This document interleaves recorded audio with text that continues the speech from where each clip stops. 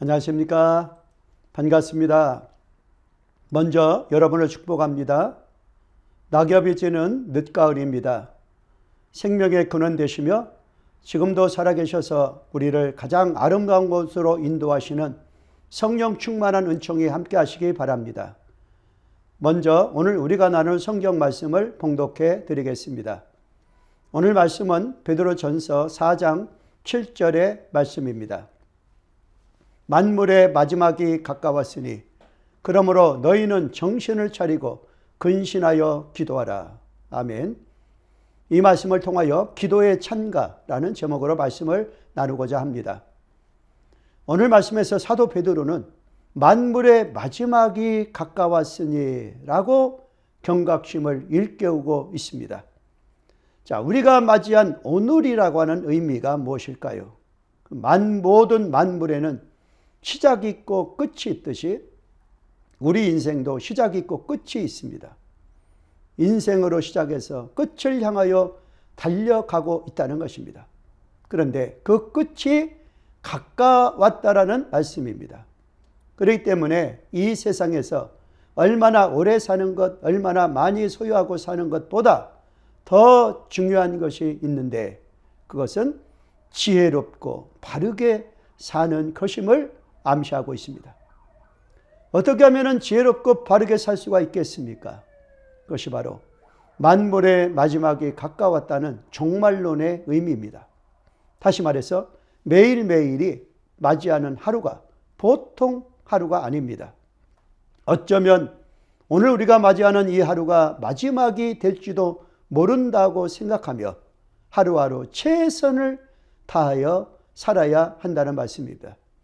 이를 일깨우기 위해서 사도 베드로는 지금 본도, 갈라디아, 갑바도기아, 아시아, 비두니아, 즉 소아시아 여러 지역에 흩어져 있는 성도들에게 편지를 보내고 있습니다.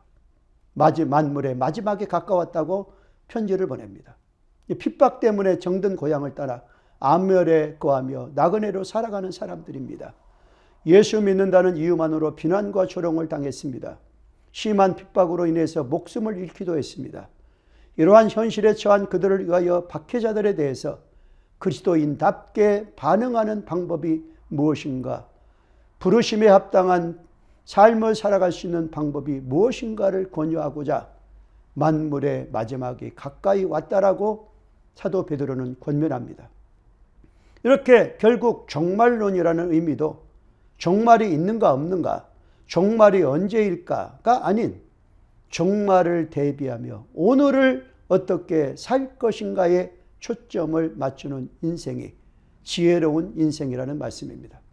즉 종말을 대비해서 신실한 그리스도인으로서 오늘을 어떻게 살 것인가, 여러 가지 종말론적인 현상에 그리스도인답게 반응하는 방법이 무엇인지, 그럼에도 불구하고 그리스도인답게 부르심에 합당한 삶을 어떻게 살아갈 수 있는지를 구체적으로 가르쳐 줍니다.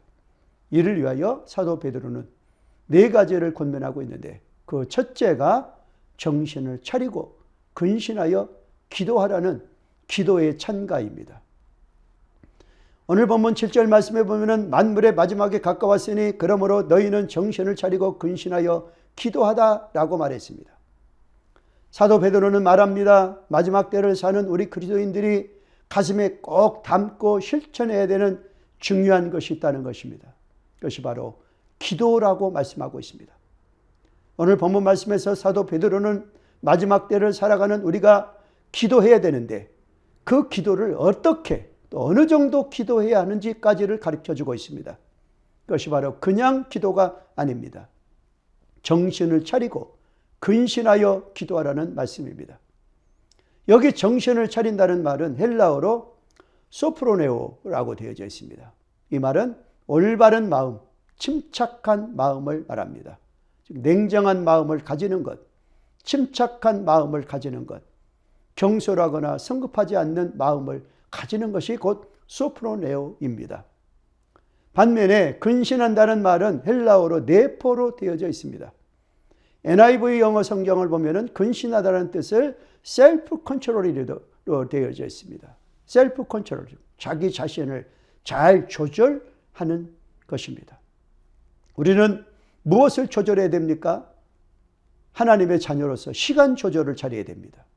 또 마음도 잘 조절해야 됩니다. 그리고 우리의 감정도 조절해야 됩니다. 뿐만 아니라 물질도 조절해야 되고 육체도 조절하며 기도하라는 뜻입니다. 조절할 게 참 많습니다. 그럴 때 기도를 바르게 할 수가 있습니다. 이 세상이 영원한 것이 아니고 우리가 이 땅에서 영원히 사는 것도 아닙니다. 만물의 마지막이 가까이 왔습니다.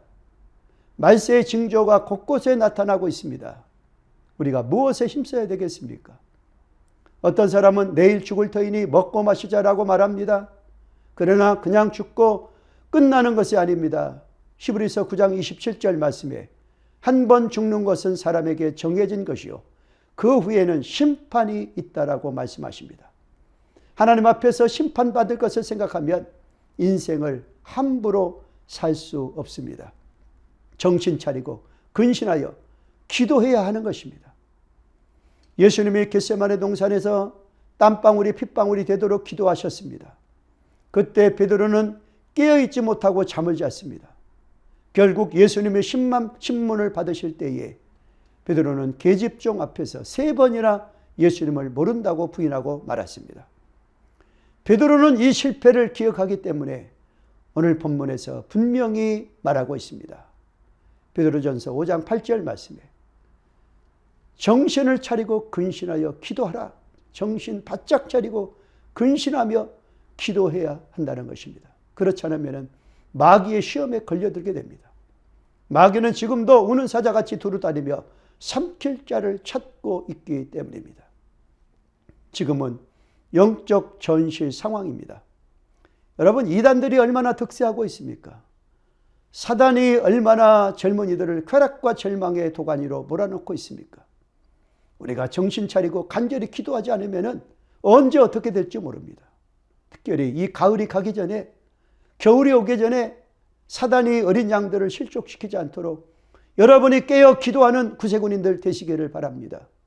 우리도 마음이 센티해져서 헛생각하지 않도록 깨어 기도해야 합니다. 만물의 마지막에 가까웠다고 해서 당황하거나 두려워하거나 우왕좌왕하지 말고 정신을 차리고 현명하게 대처하라는 말씀입니다. 종말의 때는 기도하시기 바랍니다. 특별히 정신 차리고 기도하시기 바랍니다. 근신하여 기도하시기 바랍니다.